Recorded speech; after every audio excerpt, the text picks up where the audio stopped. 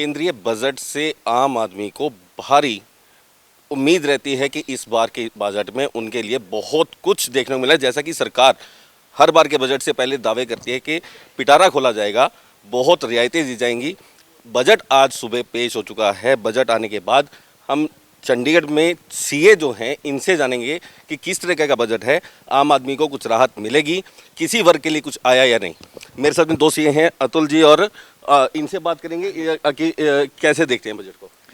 जी sir, इस बार budget जो आया है इसमें आम आदमी के लिए बहुत कुछ ज़रा रियायतें नहीं मिली हैं। छोटी मोटी ज़रूर रियायतें मिली हैं, जैसे लॉन्ग टर्म कैपिटल गेन का लास्ट ईयर से 20% की जो टैक्सेबिलिटी लगती थी वो इस बार 15% कर दी गई है। बाकी जो इनकम टैक्स का स्लैब है, जिसके लिए पिछले 10 सालों से 12 साल से फाइट हो रही है कि वो स्लैब बढ़ाना चाहिए, स्लैब इस बार भी नहीं बढ़ाया। ये बहुत गलत बात हुई है। इन्फ्लेशन रेगुलरली बढ़ रही है देश कितने में। की उम्मीद थी आपको पहले से कि कुछ बढ़ेगा? सर जैसे 2.5 लाख रुपये बजट चल रहा है हमारा 12-15 सालों से, 12-13 सालों से, तो फिर इस बार उम्मीद थी कि कम से कम 5 लाख रुपए तक का तो बजट करें, क्योंकि जो इन्फ्लेशन हमारी चलती है देश में 4 से 5% की इन्फ्लेशन ईयरली चलती है, तो उसके अकॉर्डिंग भी मैचिंग कहीं से हो नहीं रही है।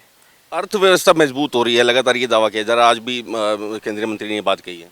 तो देखिए, जो हमारी इकॉनमी है आफ्टर कोरोना, जो हमारा 2020 के बाद से हमारा कार ऑटोमोबाइल सेक्टर है, हमारा हेल्थ केयर सेक्टर है, ये ओब्वियसली ये बहुत इंप्रूवमेंट हो रहा है, क्योंकि हमारे पास जो डिजिटल दुनिया है, आईटी सेक्टर बहुत ज़्यादा बूम पे चला गया है, क्योंकि जो हमारा काम करने का नज़रिया था, तरीका था, वो ओब्वियसली कोरोना के बाद थोड़ा चेंज हो गया।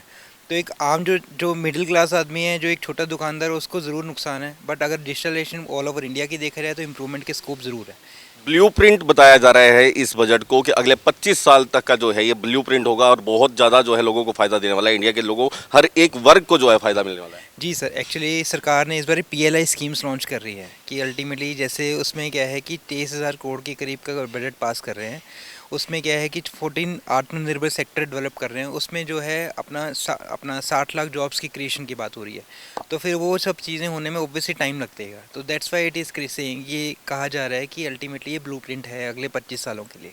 अतुल, आप मुझे बताएं कि इस चीज़ को कैसे देखते हैं, इस बजट को कैसे देखते हैं? बहुत सारी चीज़ें जो हैं वो सस्ती करने का दावा किया गया, क्या आम आदमी को उसका पूरा लाभ मिलेगा? जी सर, पॉलिश्ड और अनकट डायमंड्स, उसके ऊपर इन्होंने कस्टम ड्यूटी को इन्होंने घटा के 5% कर दिया है, तो ऑब्वियसली ज्वेलरी थोड़ी सस्ती हो जाएगी। उसके बाद अगर हम स्लैब्स में देखें तो जैसे अनमोल जी ने बताया कि कोई स्लैब में चेंजेस नहीं आए हैं, तो उस वजह से आम आदमी जो एक्सपेक्ट करता है बजट से, इनकम टैक्स ही एक्सपेक्ट करता है, उसमें कोई ज़्यादा चेंज नहीं आया है। तो बाकी इन्होंने बजट में जो इन्होंने घोषणाएं की है वो पूरी कितनी होती है वो हमें साल दर साल अगले साल तक पता चलेगा। किसानों का मुद्दा जो बहुत बड़ा मुद्दा रहा, पूरे साल वो मुद्दा छाया रहा, इस बार के बजट में किसानों के लिए क्या आया? सर, इन्होंने 2,37,000 करोड़ रुपए का बजट पास किया है एमएसपी के लिए। एमएसपी उनकी बहुत बड़ी डिमांड थी किसानों ने, और इन्होंने बोला जो एमएसपी का अमाउंट होगा वो डायरेक्टली किसानों के खाते में जाएगा, तो किसानों को इन्होंने फोकस किया है।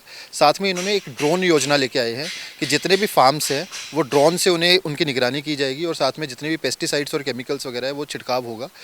और इन्होंने फोकस जो किया है, आपने देखा होगा कि हमारा एक्सपोर्ट जो ऑयल का था वो बहुत ज़्यादा बढ़ गया था, सीड ऑयल का, तो इन्होंने बोला है कि हम किसानों को बोलेंगे कि आप ऑयल सीड्स को उगाए और फोकस अपना पैडी और वीट से हटा के ऑयल सीड्स पे भी कीजिए। राकेश टिकैत जी की हमेशा किसानों की बात करते हैं। एमएसपी का लगातार उन्होंने लेकर के एक दबाव बनाने की कोशिश की सरकार पे, पीएम पे।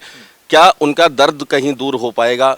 सर, जो इन्होंने घोषणा की है एमएसपी के लिए 2,37,000 करोड़ वीट और पैडी के लिए, तो मुझे लगता है कि उनका जो दर्द है इससे थोड़ा सा तो उन्हें मतलब राहत मिलेगी किसानों को। हाँ जी, बिल्कुल मिलनी चाहिए। 80 लाख मकान बनाने की भी बात की है, गरीब आदमी को घर तक पहुंचाने की जो बात की जा रही है वो कहाँ कैसे दिखते हैं? सर, पीएम आवास योजना के लिए इन्होंने बजट एलोकेट किया है, और पहले वाला जो 2022 तक की स्कीम थी उसे बढ़ा के 2025 तक कर दी है इन्होंने।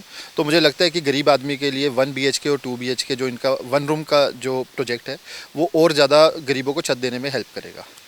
घरेलू उद्योग, छोटे उद्योग, ये बहुत बड़ी एक जो है ताकत होती है लोकतंत्र में आम आदमी के लिए, क्योंकि घर लोगों के उन्हीं से चलते हैं। बहुत ज़्यादा बड़ा पैसा नहीं होता लोगों के पास में, तो छोटे उद्योग के लिए कुछ है? छोटे उद्योग के लिए कुछ नहीं आया था। पूरे के पूरे बजट में किसी भी बार में इस बारे में बात हुई नहीं कि छोटे जो सेक्टर्स हैं उनको कैसे इंप्रूवमेंट किया जाए। लेकिन जो इंडस्ट्री के रिगार्डिंग CGTSME लोन होता है, अनसिक्योर्ड लोन, इंडस्ट्री के रिगार्डिंग में वो जरूर अपने सरकार ने बजट एलोकेट किया है कि हम लोग अनसिक्योर्ड लोन को थोड़ा सा इंप्रूवमेंट, थोड़ा सा बजट और एलोकेट किया जाएगा।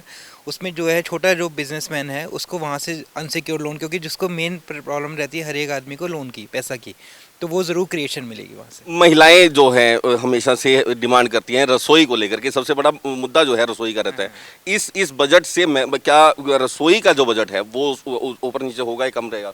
मैं जैसा कि अतुल जी ने बताया कि जो इस बारी एग्रीकल्चर एमएसपी जो इनडायरेक्टली रूट होगा वहाँ से अगर किसानों को इनडायरेक्टली हेल्प मिली है पैसा एमएसपी के थ्रू, तो वो हो सकता है हमारे पास जो घर में जो राशन चलता है जिससे सब्जियों हैं वो इनडायरेक्टली ज़रूर बेनिफिशियल कम हो सकते हैं हमारी कॉस्टिंग।